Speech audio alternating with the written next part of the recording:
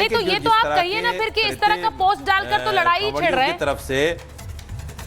मौलाना साहब, इस तरह की पोस्ट डालकर आप एक लड़ाई ही छेड़ रहे हैं ना।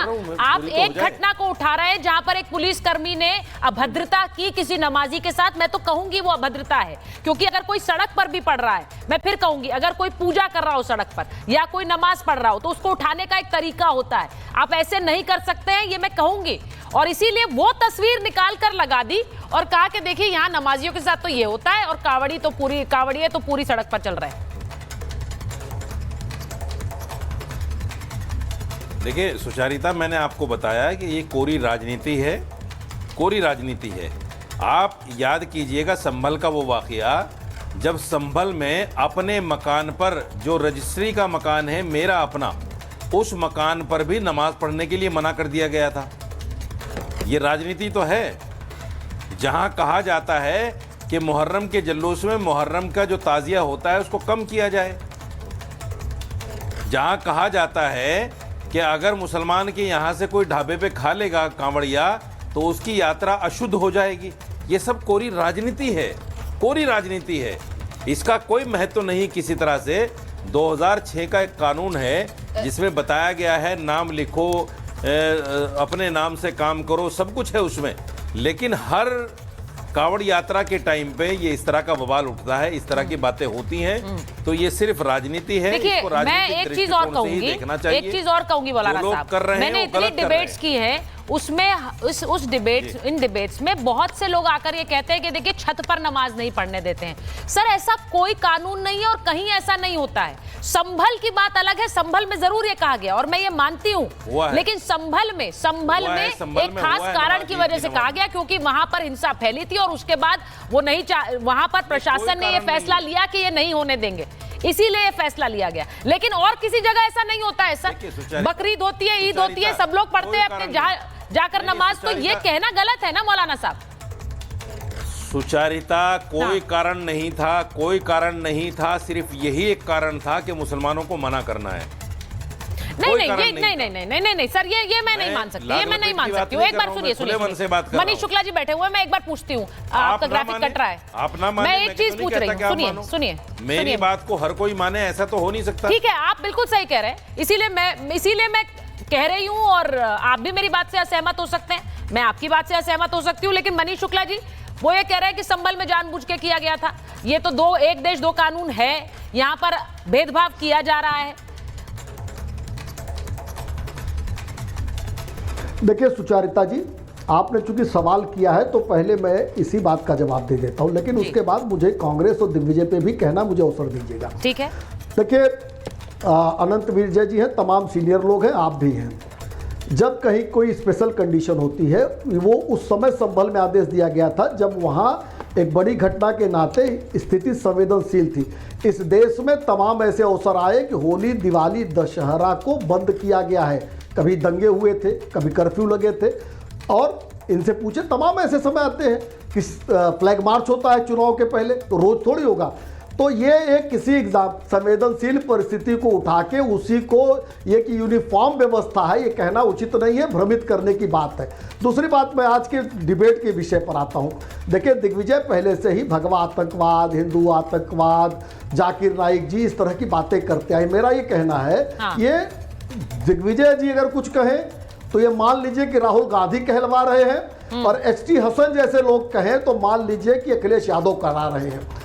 ये एक्सटेंशन है कि लड़के मंदिर में लड़कियों को छेड़े जाते हैं, ये राहुल गांधी ने कहा था। तमाम इस तरह की बातें राहुल गांधी ने कही है, तो दिग्विजय उनके मुख हैं।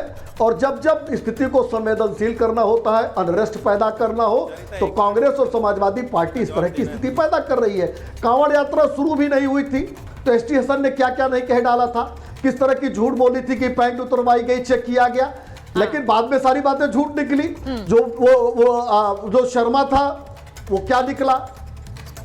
तो ये एक कॉन्स्पिरेसी है।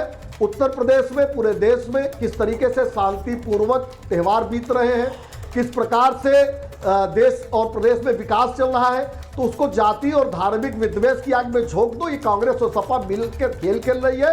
अखिलेश यादव और राहुल गांधी पर्दे के पीछे से अपने नेताओं को आगे करके हिंदू धर्म, हिंदू आस्था, और हिंदू सेंटिमेंट पे चोट पहुंचाने का प्रयास कर रहे ठीक हैं। है। इसके तमाम उदाहरण अगर देखने हैं तो केवल इसी 15 दिन में। लेकिन मनीष जी बहुत से लोग ये सवाल उठा रहे हैं कि जब कांवड़ यात्रा के दौरान तोड़फोड़ हो रही है, उपद्रव हो रहा है, बहुत से ऐसे उपद्रवी भी शामिल हो जा रहे हैं। एक आज खबर आई कि एक महिला को चप्पल से पीट दिया, तो उन पर भी तो कार्रवाई जरूरी है। आम आदमी को उससे परेशानी होती है और मुझे नहीं लगता कि कोई अगर इस तरह की कोई घटना कर रहा है उसका समर्थन कोई करेगा। मनीष जी।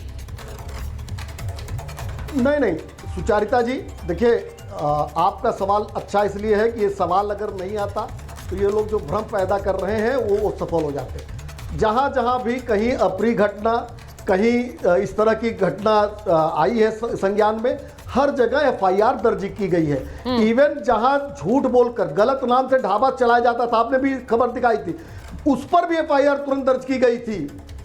उसके बाद उसकी जांच हुई थी।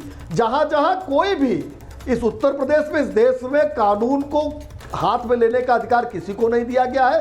भारतीय जनता पार्टी की सरकार कहीं भी है, किसी भी धर्म जात का है, अगर कानून से खेलेगा तो उस पर कार्रवाई हो रही है, एफआईआर दर्ज हो रही है। लेकिन किसी घटना को उठा के, जैसे अभी साजिद जी ने सारी बातें ठीक कही, संभल की घटना को कहा कि अपने छतों पर नमाज नहीं पढ़ने दिया जा रहा है। एक मिनट। अरे भाई साजिद जी, आपको भी याद होगा, अनंत जी भी बता देंगे, होली, दिवाली, दशहरा जैसे बड़े बड़े त्योहार नहीं मनाए गए, कर्फ्यू था, कोई और कंडीशन थी, कोई और व्यवस्था थी।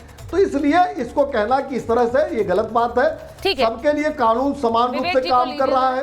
कोई भी कानून से खेल रहा है तो उस पर कार्रवाई हो रही है। हम अखिलेश यादव की तरह कांवड़ियों को पिटवाएंगे नहीं, कांवड़ियों पर हमला नहीं करेंगे, हम उनकी भी व्यवस्था करेंगे। मुहर्रम के ताजिए की भी व्यवस्था की गई। एक मिनट, विनोद बंसल जी आ गए हैं, विवेक जी भी आ जाए तो जरा उन्हें स्क्रीन पर रखिए। सैयद जवाद साहब बैठे हुए हैं। मैं एक सवाल आज पूछ रही हूँ मौलाना साहब, मैंने ये सवाल पहले भी पूछा, इस पर जरा गौर करिएगा। सीधी बात है, उत्तर प्रदेश में इस वक्त हम कांवड़ यात्रा देख रहे हैं। दिग्विजय सिंह ने जो भी ट्वीट किया हो, उस ट्वीट को लेकर एक उन्माद फैलाने की कोशिश जरूर है। मुस्लिम लीग के नेता कांवड़ियों में आतंकी खोज रहे हैं, उन्हें लगता है कि ये आतंकी है, उन्हें लगता है ये उपद्रवी है।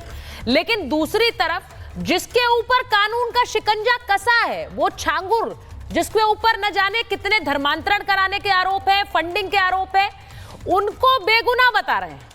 अब मुझे यह बताइए कि अगर समुदाय के अंदर से आवाज ना निकले तो फिर इसको तुष्टीकरण क्यों ना कहा जाए?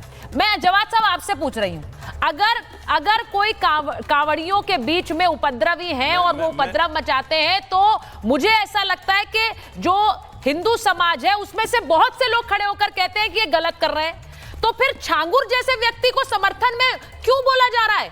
उसके लिए भी मुस्लिम समाज से आवाज क्यों नहीं उठती है? उसके लिए क्यों नहीं कोई बोलता है?